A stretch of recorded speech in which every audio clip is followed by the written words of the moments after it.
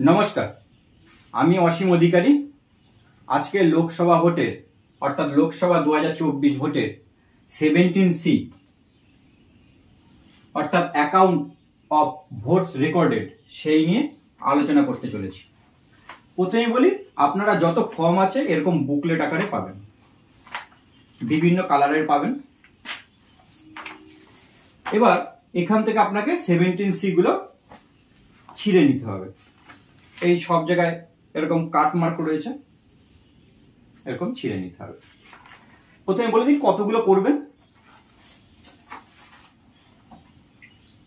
First সাদা বড় packet, EVM paper packet, তার জন্য একটি স্পেশাল বুকলেট যেখান থেকে আপনি পাতা ছিঁড়তে পারবেন না তার জন্য একটি, আর যতজন এজেন্ট আছে ধরে নিলাম 4 জন যদি এজেন্ট থাকে তাহলে আমাকে মোট কপি করতে হবে 6টা।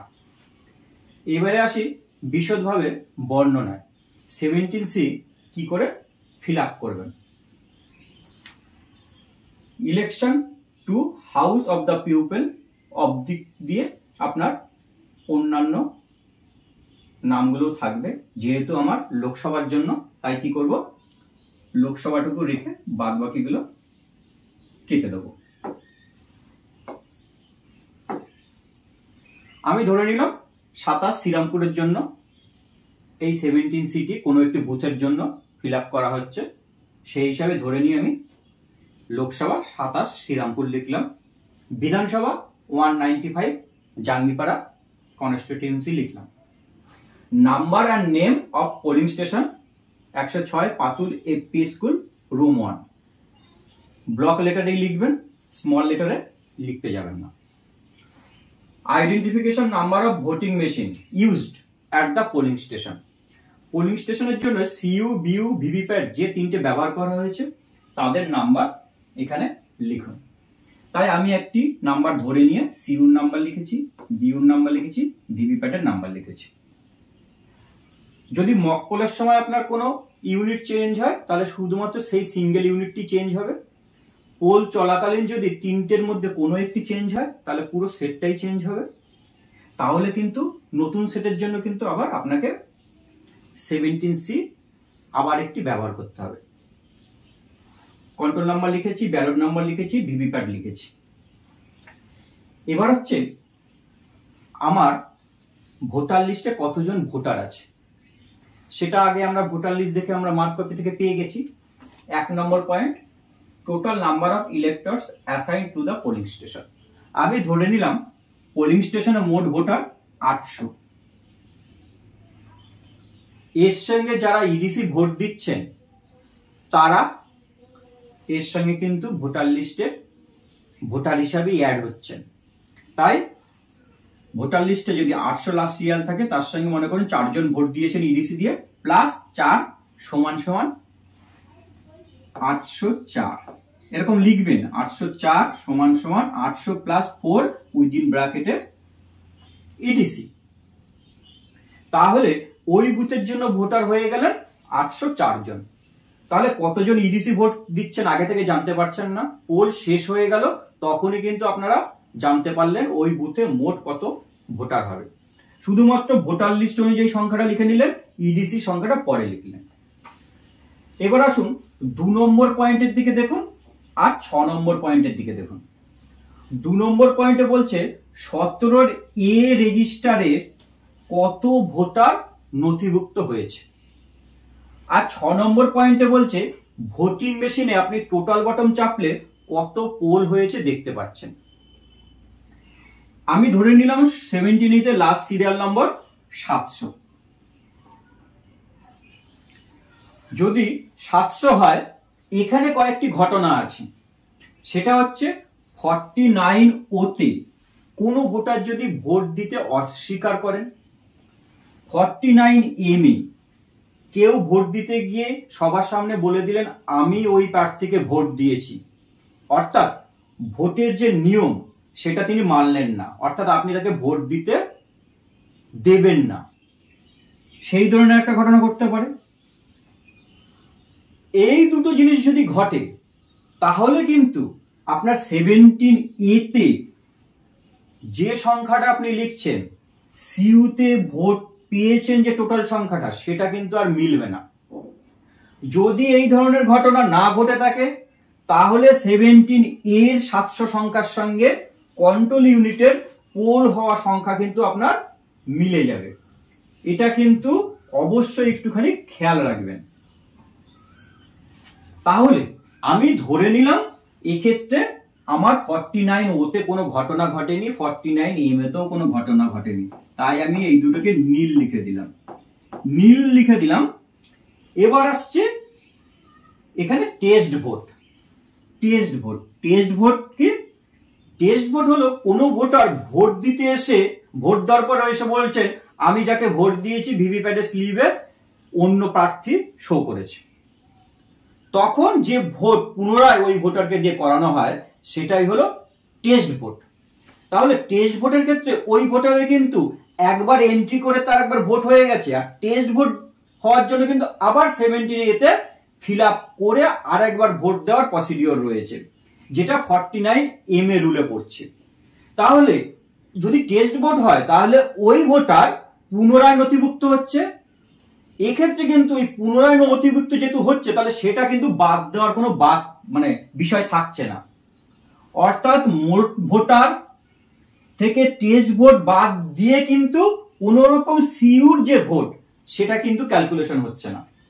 কি রকম দেখুন, টেস্ট ভোট মনে করুন কোনো একজন ব্যক্তি দিয়েছেন, আমি সুবিধার জন্য বললাম দুজন ব্যক্তি দিয়েছেন, মনে করলাম টোটাল নম্বর দুটো হয়েছে। এবার serial number of electors in form 17 এতে তাদের পুনরায় আমার নাম নথিভুক্ত করতে হয়েছে। ধরে নিলাম 124 সিরিয়ালে ছিল, আর একটা ধরে নিলাম 371। এবার এরা যে পুনরায় ভোট দিলেন সেটা কিন্তু এখানে লিখতে হয়। এই দুজন, আমি 2 সিরিয়াল দিলাম, 1 2। এই ব্যক্তি কাকে ভোট দিয়েছেন তার নাম এখানে উল্লেখ করতে হবে XYZ। 2 নম্বর ব্যক্তি কাকে ভোট দিয়েছেন সেটা উল্লেখ করতে হবে PQR, একটা করে ভোট দিয়েছেন। তাহলে এইখানে যেহেতু এই নাম উল্লেখ করেই আমরা এখানে বর্ণনা লিখছি, তাই কাউন্টিং এর সময় এরকম ঘটনা ঘটলে এই ব্যক্তির একটি কাউন্ট বিয়োগ হয়ে যায়, এই ব্যক্তিরও একটি কাউন্ট বিয়োগ হয়ে যায়। অর্থাৎ কাউন্টিং এর সময় এই দুজন ব্যক্তির কিন্তু গণনা হয় না, গণনার পরে লাস্ট একটা একটা করে বা মোট দুটো এদের ক্ষেত্রে বাদ দিয়ে দেওয়া হলো। এটা হলো টেস্ট ভোটের ক্ষেত্রে। তাই টেস্ট ভোটের হিসাব কিন্তু 17 এ আর সিইউ তে যে আপনি দেখতে পাচ্ছেন এই দুটোর মধ্যে কিন্তু হিসাবে আসে না। এবার দেখুন 7 নম্বর পয়েন্টে বলছে এই 2 নম্বর পয়েন্ট আর আপনার এই যে 6 নম্বর পয়েন্ট এদের মধ্যে যে বিষয়টা সেটা ট্যালি করছে কিনা। দেখুন 2 থেকে আমার 3 4 বাদ দিলে যদি 3 4 ঘটনা ঘটে তাহলে আমার সেই সংখ্যাটা এখানে আসবে। তাই বলছে 2 - 3 - 4। যদি এই দুটোর ক্ষেত্রে 49 ও 49 এম এর ক্ষেত্রে কোনো ঘটনা ঘটে তাহলে কিন্তু সেটা 17 এর মোট যে সংখ্যা তার থেকে কিন্তু বিয়োগ করেই সিইউর সংখ্যা পাবো এবং যথারীতি মিলে যাবে। যদি মিলে যায় আমরা লিখে দেবো ইয়েস ট্যালিড। 8 নম্বর পয়েন্টে number of voters two hmm tender ballot papers war issued under rule 49P।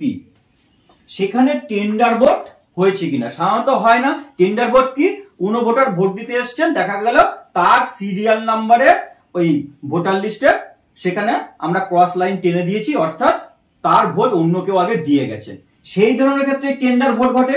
এবার টেন্ডার ভোটের ক্ষেত্রে কি হয়, টেন্ডার ভোটের ক্ষেত্রে তো আমরা কখনই তাকে আর সিইউতে ব্যালট ইস্যু করে ভোট দিতে দিই না, তখন আমরা তাকে ব্যালট পেপারে ভোট দিতে দিই।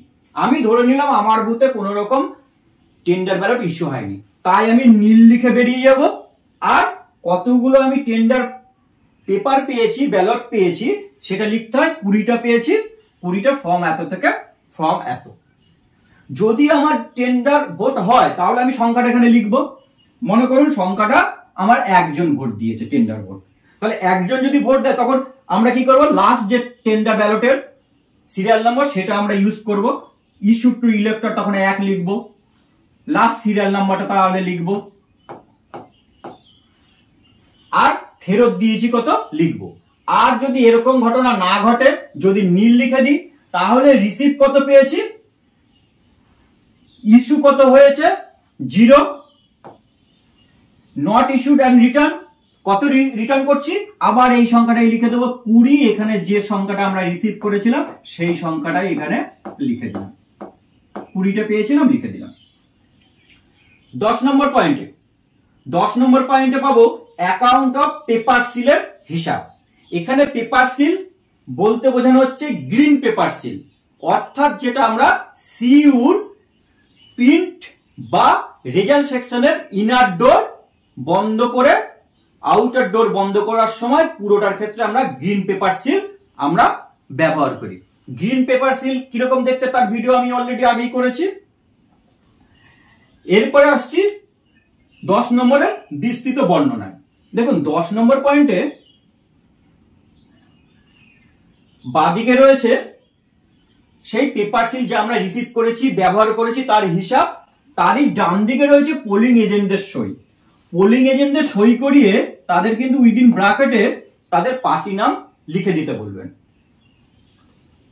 পেপার সিলের বর্ণনা, paper seal supplied for use, আপনি ডিসি থেকে কতগুলো পেয়েছেন, ডিসি থেকে সংখ্যায় 3টে পাবেন, 3 লিখলাম, কোন সিরিয়াল নম্বর থেকে কোন সিরিয়াল নম্বর সেটা লেখা হলো। পেপার সিল ইউজ কটা ব্যবহার করেছেন, একটা, তাই 1 লিখলাম। যদি একাধিক ব্যবহার করেন তাহলে লিখবেন, যদি দুটো হয় 2 লিখবেন, এবং সিরিয়াল নম্বর তখন এত থেকে এত, আর একটা হলে একটি সিরিয়াল নম্বর লিখে দিলেন, পরের ঘরে হাইপেন দিয়ে বেরিয়ে গেলেন। আনইউজ পেপার সিল রিটার্ন টু, কটা তাহলে ফেরত দিচ্ছেন, একটা ব্যবহার হলে 2টো ফেরত দিচ্ছি, 2টো সিরিয়াল নম্বর লিখে দেওয়া হলো। আমি ধরে নিলাম আমার বইতে কোনো রকম ড্যামেজ হয়নি, ড্যামেজ পেপার সিল ইপেনি কোনো রকম হয়নি, তাই আমি এখানে নীল লিখে দিলাম। এই তো সহজ সরল হচ্ছে 17C। লাস্টের ডেট আমাদের ভোট হুগলি জেলায় 20-5-2024, 20-5-2024 লিখেছি। Place 106 Patul FP school, room 1, এখানে ডিস্ট্রিবিউশন মার্ক মারলেন। সিগনেচার অফ প্রিসাইডিং অফিসার সই করে দিলেন। পোলিং স্টেশন নম্বর কত লিখে দিলেন। 17C খুব সহজ সরল, ঠান্ডা মাথায় ভোট করুন, সুন্দরভাবে ভোট করে বাড়ি ফিরুন। সবাই ভালো থাকবেন, নমস্কার, ধন্যবাদ।